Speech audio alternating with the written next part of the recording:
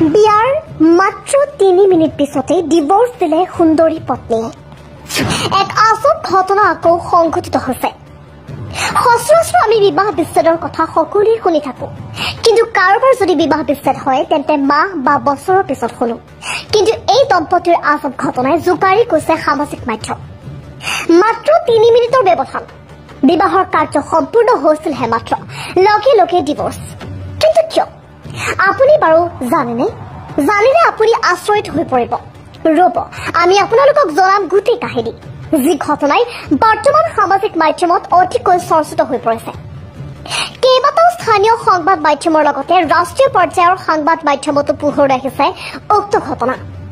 এক সূত্ৰৰ পৰা জানিব পৰা মতে কুৱেইটৰ এখন বিবাহত দেখা পোৱা গৈছে এই আচৰিত ঘটনা। অৰ্থাৎ এই ঘটনা সংঘটিত হৈছে কুৱেইটত। জানিব পৰা মতে বিয়াৰ দিনা আনন্দ উল্লাহৰ মাজতে বিবাহৰ দলিলত চহী কৰিছিল দম্পতীয়ে। বিবাহৰ সকলো কাৰ্য এক সাধাৰণ বিয়াৰ ৰীতি নীতিৰে সমাপ্ত হৈছিল।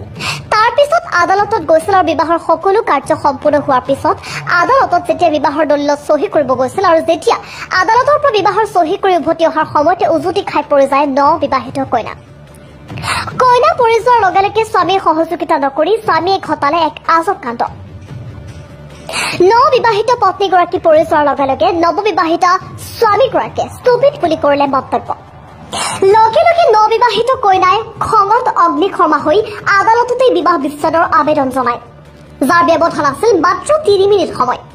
লগে লগে কইনাগৰাকীক আত্মীয় সমৰ্থন কৰে কইনাগৰাকীক ডিভোৰ্চ লোৱাত, আৰু মাত্ৰ 3 মিনিটৰ ব্যৱধানতে তেওঁলোকৰ বিবাহ বিচ্ছেদ হৈ যায়।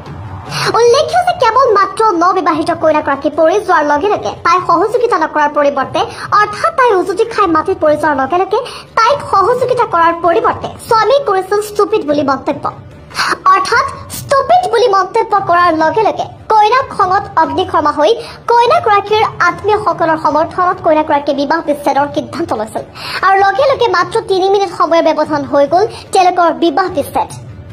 আপুনি কমেণ্ট বক্সত জনাব পাৰে কইনাগৰাকীৰ সিদ্ধান্ত আচলতে কিমান যুক্তিপূৰ্ণ, সেয়া আপুনি কমেণ্ট বক্সত জনাব পাৰে। লগতে আপুনি ভিডিঅ'টি শ্বেয়াৰ কৰিব পাৰে, যি ঘটনাই সামাজিক মাধ্যমত অতিকৈ তোলপাৰ লগাইছে। বৰ্তমান কইনাগৰাকীৰ পৰিচয় আমি প্ৰকাশ কৰিব পৰা অৱস্থাত নাই, কিয়নো কইনাগৰাকীয়ে যি কাণ্ড ঘটাইছে, অৰ্থাৎ নবিবাহিত স্বামীৰ লগত যি কাণ্ড সংঘটিত হৈছে, সেই কাণ্ড এতিয়া সামাজিক মাধ্যমত তোলপাৰ লগাই তুলিছে, আৰু উক্ত ঘটনাই এতিয়া ৰাষ্ট্ৰীয় পৰ্যায়ৰ বহুকেইটা সংবাদ মাধ্যমতো প্ৰকাশ হৈছে বাতৰি। লগতে প্ৰশ্ন উত্থাপন হৈছে, এগৰাকী নবিবাহিত স্বামী এগৰাকী কইনাক বিবাহৰ সময়তে এনে মন্তব্য কিমান দূৰ গ্ৰহণযোগ্য, সেয়া আপুনি কমেণ্ট বক্সত জনাব পাৰে।